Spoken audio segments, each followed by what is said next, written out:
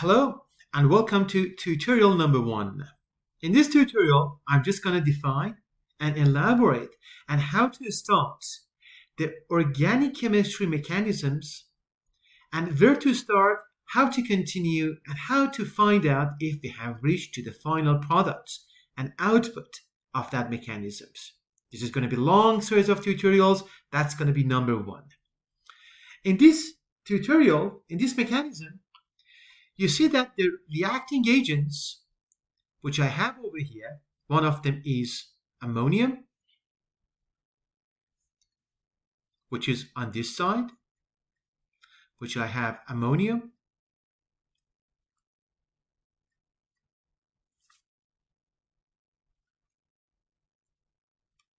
And the other part, as you can see, we have one bromopropane.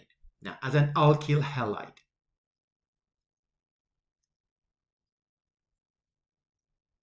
Okay, now, in order to understand how to start this mechanism and this reaction, the first starting point is that I expand the structures of both reacting agents, because the thing which is important in understanding how to start an organic chemistry mechanism is to find and identify a lone pair of the electron which is not part of the hybrid resonance structures, which it implies that it can freely migrate, and we can see the lone pair's electron motility across the reacting agents. If we can find that thing, we can just envisage the reaction between these two agents. Otherwise, either the reaction will not proceed or we have to find strategies in order to have that lone pair of the electron willing to migrate between these two reagents. In order to do that, I'm just going to then expand these structures. I'm going to, as ammonium, I'm going to show that as NH3, the nitrogen as a central atom, is surrounded by 3 hydrogens.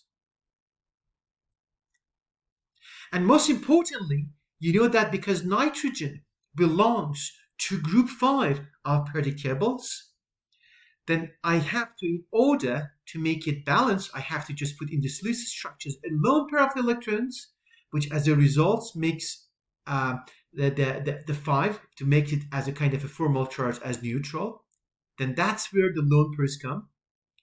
And also for my alkyl halide, I'm just going to show it like that. I'm just going to show it by as CH3, CH2, and this carbon which I'm going to show it here, I'm just going to expand it by this. I have the hydrogen, and also show the bromide over here. The important thing in order to conduct a reaction is that, first of all, I noticed that the presence of the bromide here, which is as a halogen from the group 7, is that it causes a tremendous difference of electronegativity between the carbon which I have here and the bromide which I have here. There's a huge contrast of electronegativity, but you can sometimes think that, but you can sometimes think that the carbon here becomes partially positively charged and the bromide becomes partially negatively charged. The contrast of electronegativity is too much. And as I'm just going to explain that in the next tutorials, the presence of a suitable solvent, it assists the departure of the bromide.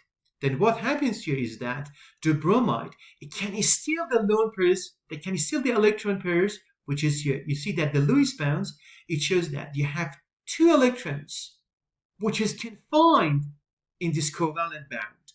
Now, the huge contrast of electronegativity between the carbon here and also the bromide here cause the cleavage of the bond, and because bromide is stronger in terms of the electronegativity, it can steal both lone pairs of both electrons in this covalent structure. If this happens, what can you expect here is that you can have this one. You have CH3. I'm going to expand everything right now in order to visualize the thing much easier. You have the carbon here. You have another hydrogen bonds there. I have another carbon. I have another hydrogen, another hydrogen. Now you see that the bromide has left. It's from group 7. Now it got 1 electron extra because it stole it from the carbon that now becomes negatively charged. Now, which make it a very weak base. That's why it makes a good leaving group, which I'm explaining it right now. But on the other hand, what we see here is this. I dissociated the bond. Now, I'm just going to explain right now rule number 1. Rule number 1, I'm just going to explain it right now. Which rule number 1, which I have denoted here, is that in organic chemistry, whenever either you dissociate a bond or form a bond, you have to stop and take a breath and find the formal charge which you have left behind. In order to do that, I'm just going to do it as kind of narrating a kind of a story in order to make sure that how to find the formal charge. In order to formal charge, I'm going to come with a story. I said that I have 2 bonds, 2 elements, which are impacted by dissociating and cleavaging the bonds. One of them is carbon, the other one is bromide. I'm just going to come here, which is going to be me, standing on the top of the carbon, which I have dissociated its bond. What I'm going to do is that I'm just going to draw a net around the carbon which I have dissociated the bond. Now, what I'm going to do is that I have to answer 2 questions. The first question which I'm going to answer is this. I'm going to ask myself, what is the address of the element which I'm standing on top of it? And you can see that I'm standing on top of the carbon, which in that sense, by the address, I mean if you go back to the periodic table, what group you can find it in there. What group carbon is residing in. And if you go there, you see carbon, it belongs to group number 4. I'm going to write 4 here on the first item here. The other question which I'm going to ask myself is that then I'm going to see how many electrons, or I call it a kind of a fishing, I have captured inside the net which I have thrown around the carbon.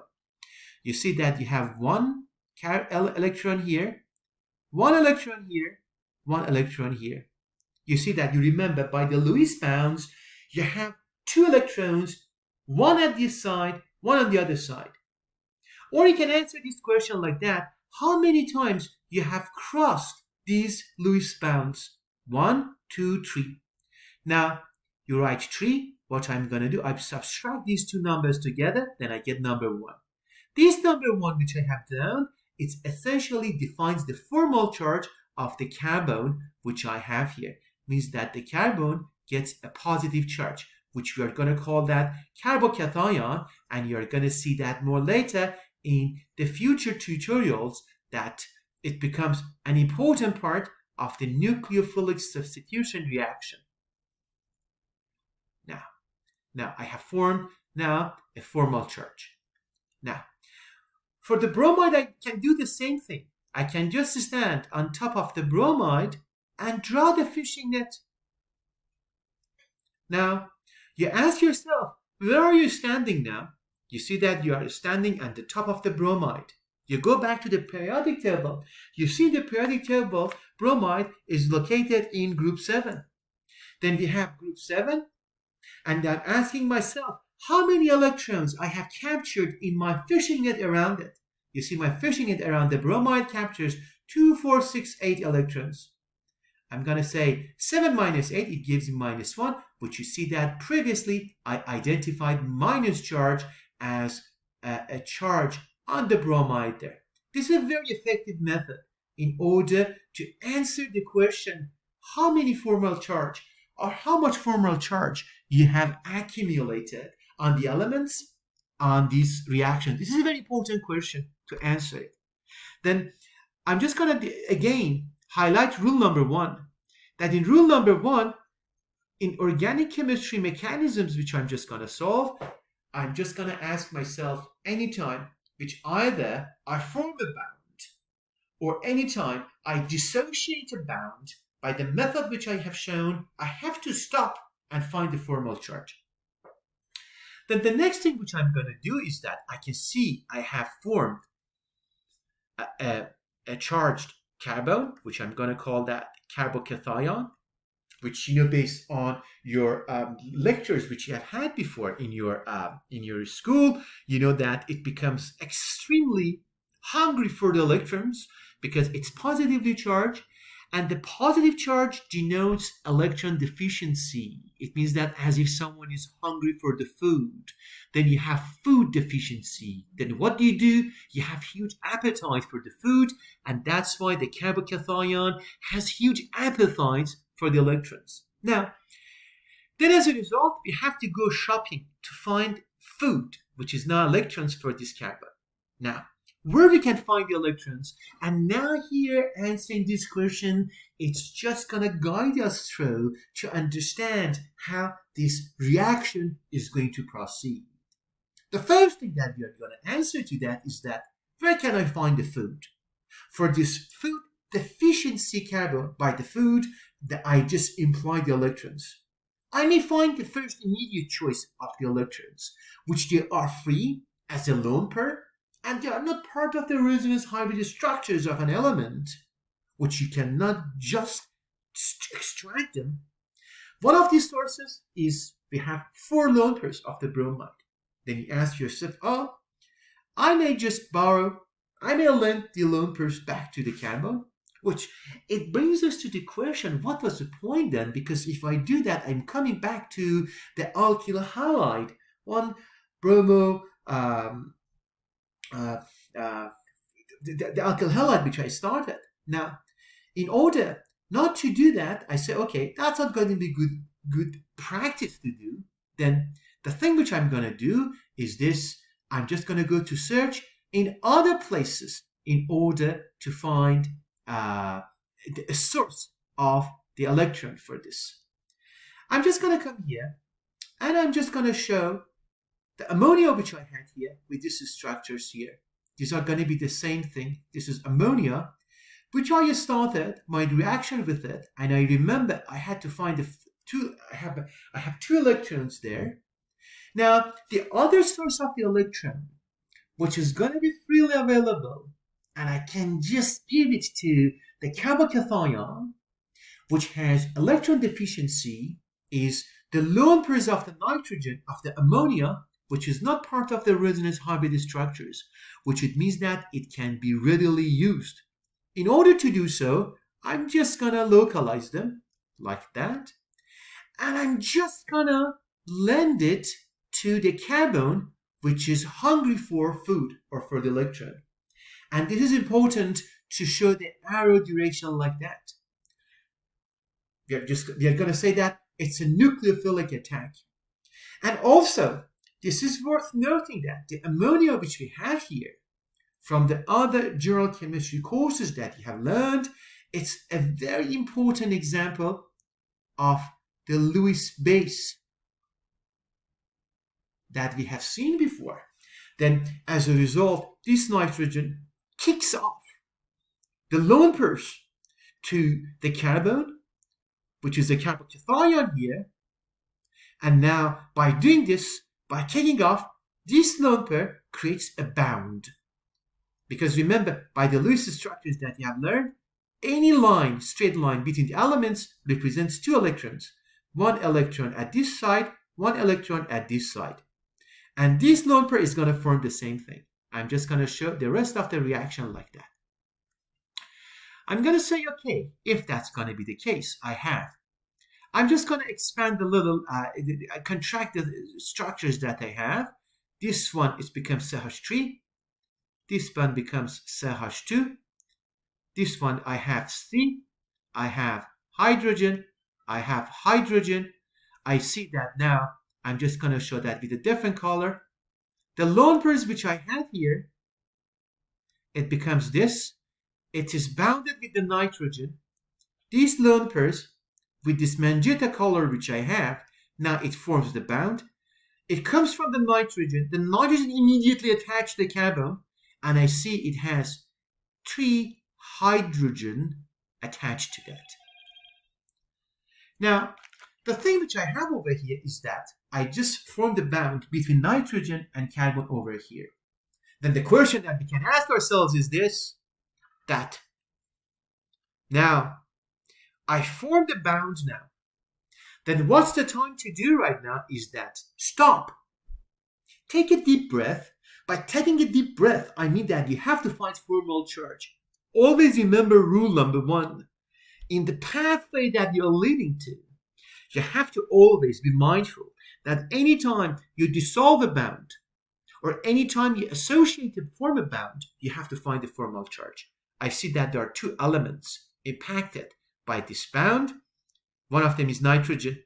I'm just going to stand on nitrogen and draw my fishing net around it. I answered 2 questions. The first question which I'm just going to ask myself is that, what is the address of the nitrogen on the periodic table which I'm standing on its head? We call that it's 5 on the periodic table. The other question which I'm going to ask myself is that, how many fish I have in this net? I mean, I have 1 electron, 2 electron, 3 electron, 4 electron.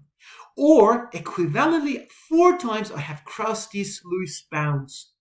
Then I say 5 minus 4 gives me plus 1. Now, then you see that by doing this formal charge, I have encountered a very important thing here, that I have created a formal positive charge on the nitrogen. If you do the same practice, you're going to see that the formal charge on carbon, it becomes neutral because it comes from 4 of the periodic table and it has 4 electrons around it. It becomes neutral on the periodic table.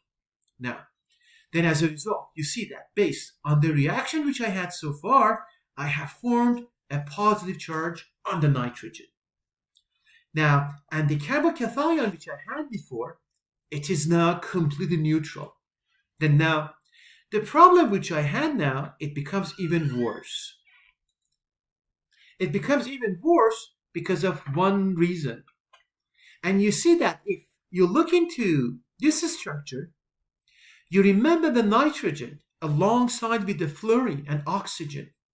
They are extremely electronegative, which implies that they have a huge hunger and propensity to attract electrons. You always expect to have them in nature, within molecules, to be rich with electrons. But the presence of the positive charge on the nitrogen, it signifies and it implies electron deficiency and being poor with electrons. That's the worst thing that it can happen, and you don't expect this to happen. Now, when we reach to this part, you see that we have 2 options. The first option is this, that either you are breaking the bond between the carbon and nitrogen, and the lone pairs goes to the nitrogen because it's more electronegative. It seems that again you're coming back all the way from here, which means that energetically it's not feasible and economical. You have gone all the way down there and now you're just coming back. Then I'm not just going to break this bond. Then the best thing which we can do is this. I'm going to look in these 2 structures which I have. For example, look at this one. Hydrogen and the nitrogen which were bounded together. Again, there is a tremendous gap in the electronegativity existing between them. Nitrogen is highly more electronegative compared to the hydrogen, And that's why it's attracting electron clouds away from the hydrogen. And then as a result, which becomes positively charged, it's going to lose the contest to lose the electron, giving it back to the nitrogen. The bond is going to break eventually because there is not much in common between nitrogen and hydrogen. They are going to divorce. Essentially, they are going to divorce. If they divorce, who is going to get the electrons? Who is going to take the custody of the electrons which is left behind? Of course, something which is more powerful to take the electrons back, which is nitrogen. Now, if that thing happens, what do we have? I'm going to write it here. We have CH3. We have CH2. We have carbon here. We have, let me be consistent with the drawing. I have CH2, CH. I have nitrogen here. I have hydrogen here. And I have hydrogen here. Now, and you remember the lone pairs, which is taken back from this bond, is going back to the nitrogen. Now, again, you see, I have dissociated the bond, and now it becomes the time I have to stop and take a breath. By taking a breath, what do I mean? Is that I have to find the formal charge. Again, I'm gonna repeat the same scenario which I had. I'm just gonna go, it is me. Go stand on top of the hydrogen, draw my fishing net around the hydrogen, and find the formal charge around it. By doing this, I have to answer two questions. The first question which I'm going to answer is that, what is the address of the nitrogen which I'm standing on? And the address is going to be group 5. How many fish I have taken inside the net? I have 1, 2, 3, 4, 5. 5 minus 5, it gives me 0. Then you see that from here, you see that now when you form the bond and when you dissociate the bond, you have neutralized the nitrogen, which is expected. However, the question that we have to ask ourselves is this, that we are going to ask ourselves, this hydrogen, which is now dissociated, I'm just going to show it here. This hydrogen, it becomes here, negative positively charged. But what happens to that? You cannot, and the most important part in organic chemistry is that when you reach to that stage, you should not leave everything behind and say, okay, now I have a hydrogen bound, dissociated, I have neutralized the nitrogen, I have given the food to the nitrogen, now, which was electron, and now I am left with the hydrogen, and there it is. Now, we cannot stop here. Now, in order to do that, you have to absorb this hydrogen here. Because, first of all, this is positively charged, and this positive charge, it signifies volatility. You have to reduce the energy. Now, I have to find something which absorbs this hydrogen. Now, you go back to the concepts of the fundamentals of the general chemistry, acid and bases, the concept of the Bronsted-Lowry bases and acidity, which you remember that if there is a substance accepts the hydrogen ions, which we call them bases. Now, if I can introduce a base either as an extra solvent, I can absorb this, then stabilize the reaction in terms of the energy which it has, and finalize the reaction.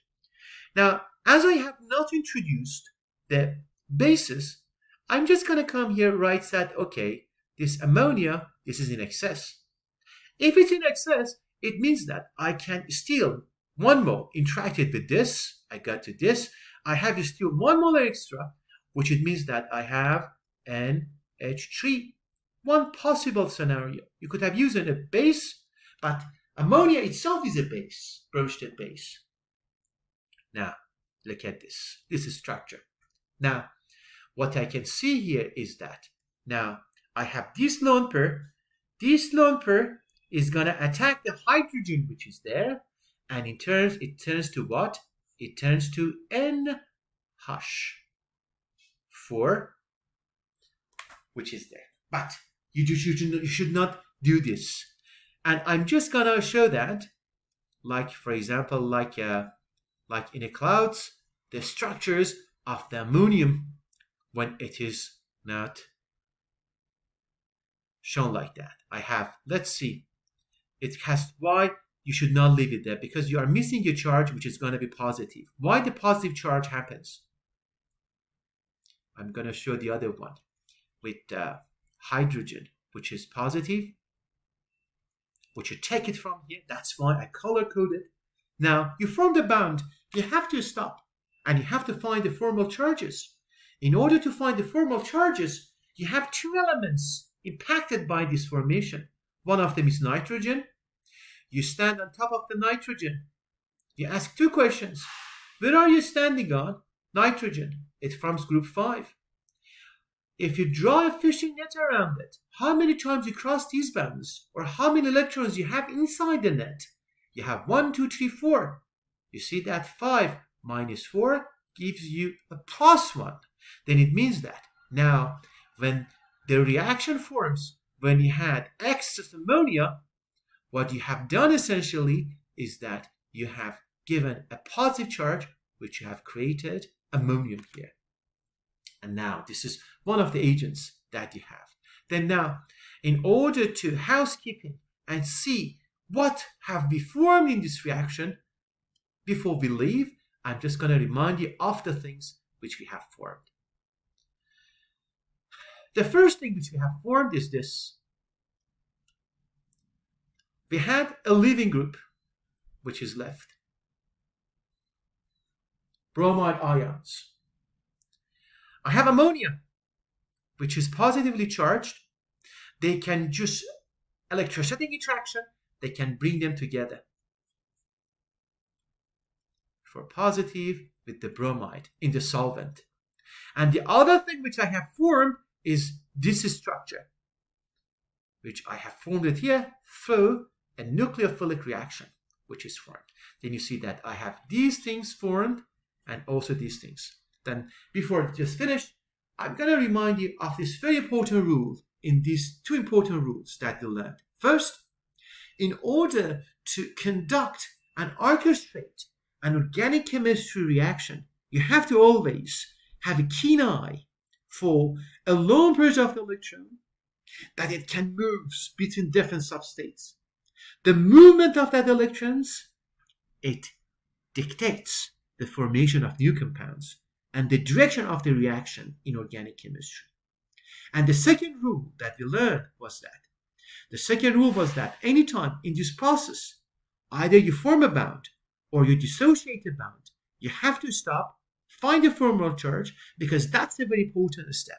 If you fail to do so, you may just go a completely wrong direction to identify your output in your reaction. In the next tutorial, we continue more of this stuff.